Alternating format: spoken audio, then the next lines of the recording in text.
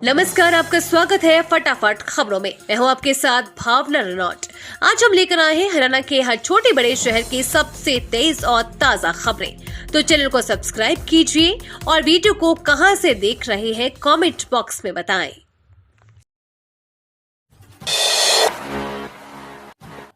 हरियाणा का कौन होगा अगला मुख्यमंत्री? भूपेंद्र हुड्डा ने कर दिया साफ। वीरेंद्र सिंह ने दिए क्या सुझाव?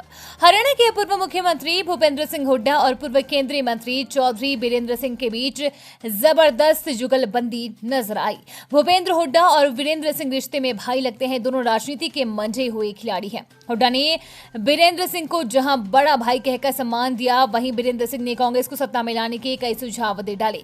हुड्डा ने वीरेंद्र का कोई सुझाव नजरअंदाज नहीं किया। वीरेंद्र सिंह बोलते चले जा रहे थे और हुड्डा अप लक सुनते जा रहे थे।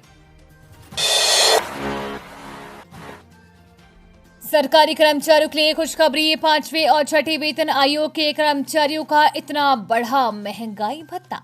हरियाणा में 5वें और 6ठे वेतन आयोग के अनुसार वेतन पेंशन ले रही सरकार कर्मचारियों और पेंशनर्स को अब ज्यादा महंगाई भत्ता मिलेगा। 6ठे वेतन आयोग का लाभ ले रहे कर्मचारियों और पेंशनर्स के महंगाई भत्ते में 9% की बढ़ोतरी की गई है। उन्हें अब 230% की बजाय 239% डीए मिलेगा। ओलंपिक में हरियाणा की धाक चंदगी राम ने बजवाया था शाकाहार का डंका। 1972 की म्यूनिक ओलंपिक में लगाया था दाव। ओलंपिक खेलों में हरियाणा की दमदार मौजूदगी हमेशा से रही है, चाहे पदक विजेता हॉकी टीम में भागीदारी की बात हो या कुश्ती में पदक हासिल करने की। हरियाणवी प्रतिभाओं ने हमेशा सुर्खियां बटोरी है। ऐसा ही एक नाम मास्टर चंदगी राम का है। उन्होंने न सिर्फ 1972 में हुए म्यूनिक ओलंपिक में दमदार मुकाबले से सबका ध्यान अपनी ओर खींचा, बल्कि पहलवानी में शाकाहार का परचम लहराया था। आज जब पेरिस ओलंपिक में भाग लेने वाले हरियाणा के ज्यादातर खिलाड़ियों से पूरे देश को पदक की आस से मास्टर चंदगी राम जैसे दिग्गजों का संघर्ष प्रेरित करता है। गुरुग्राम के लोगों के लिए good news. Dwarka Mumbai expressway के लिए बनेगी लिंक रोड, दोनों और सर्विस लेन। हरियाणा के मुख्यमंत्री नायब सिंह ने मानेसर में स्वामित्व पत्र वितरण समारोह में जिले के विकास के लिए 269 करोड़ रुपए की 37 विकास परियोजनाओं का उद्घाटन एवं शिलान्यास किया।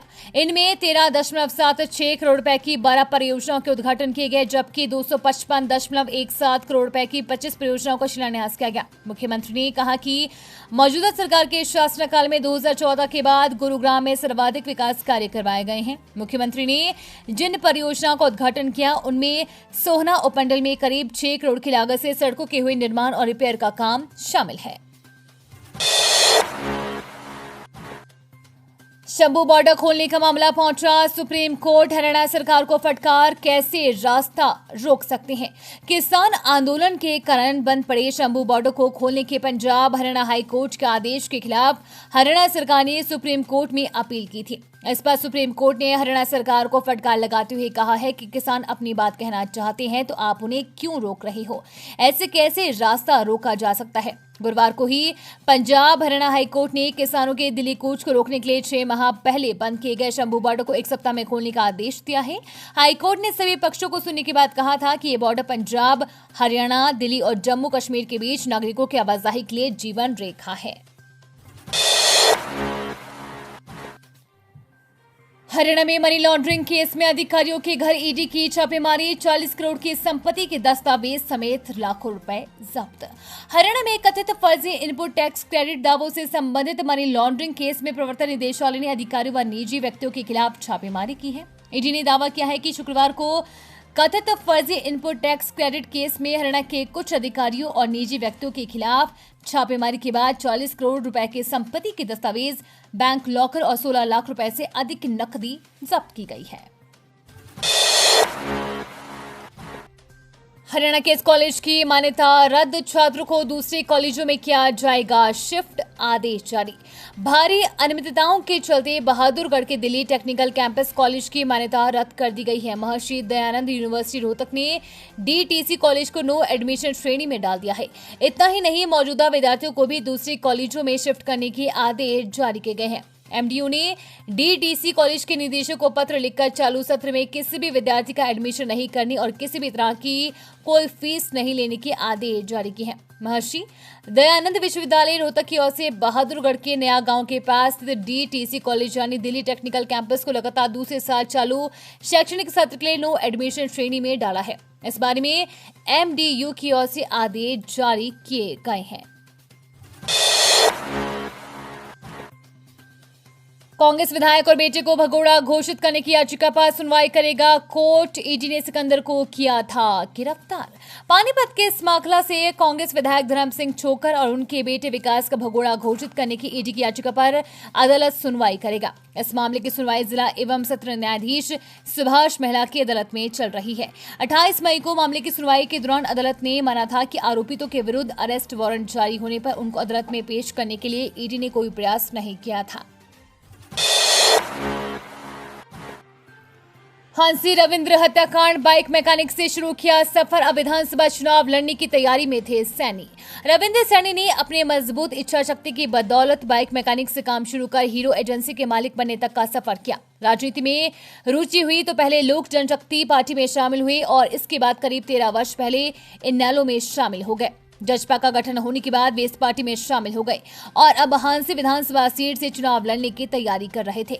रविंद्र सैनी का परिवार खेती बाड़ी करता था और इसके बाद कारोबार में कदम रखा। उन्होंने पहले LIC कराले के पास दुकान बनाई, यहाँ बाइक मैकेनिक के तौर पर काम करने लगे। धीरे धीरे वो पुरानी बाइकों को बेचने का काम भी करने लगे।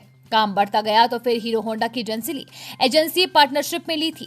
कई वर्षों तक पार्टनरशिप में काम करने के बाद करीब 18 वर्ष पहले अपनी अलग एजेंसी खोली। रविंद्र सैनी ने हीरो की एजेंसी ली। लाओस में मानव तस्करी का मामला, NIA ने कसा शिकंजा, बॉबी कटारिया के साथियों की जल्द हो सकती है गिरफ्तारी। विदेश में नौकरी दिलाने का झांसा देकर भारतीय युवाओं को लाओस भेजकर साइबर ठगों के हवाले कर मानव तस्करी के मामले में NIA की जांच में तेजी आई है। इसी केस में अरेस्ट होकर जेल जा चुकी यूट्यूबर बॉबी कटारिया के सहयोगियों की भी मामले में जल्द गिरफ्तारी हो सकती है। गुरुग्राम पुलिस से केस NIA को ट्रांसफर होने के बाद जांच एजेंसी ने बीते सप्ताह बॉबी कटारिया के कई सहयोगियों के हरियाणा, दिल्ली और राजस्थान में ठिकानों पर रेड किए। टीम को इस दौरान मानव तस्करी से जुड़े काफी दस्तावेज और अन्य सबूत मिले हैं। इन सबूतों से स्पष्ट हो गया है कि आरोपियों को लाओस में मानव तस्करी और साइबर ठगों के बारे में पता था और फिर भी भारतीय युवाओं को धोखे में रखकर वहां भेजा जा रहा था। ऐसे में जांच एजेंसी अब जल्द ही बॉबी कटारिया के अन्य सहयोगियों को भी केस में अरेस्ट कर सकती है।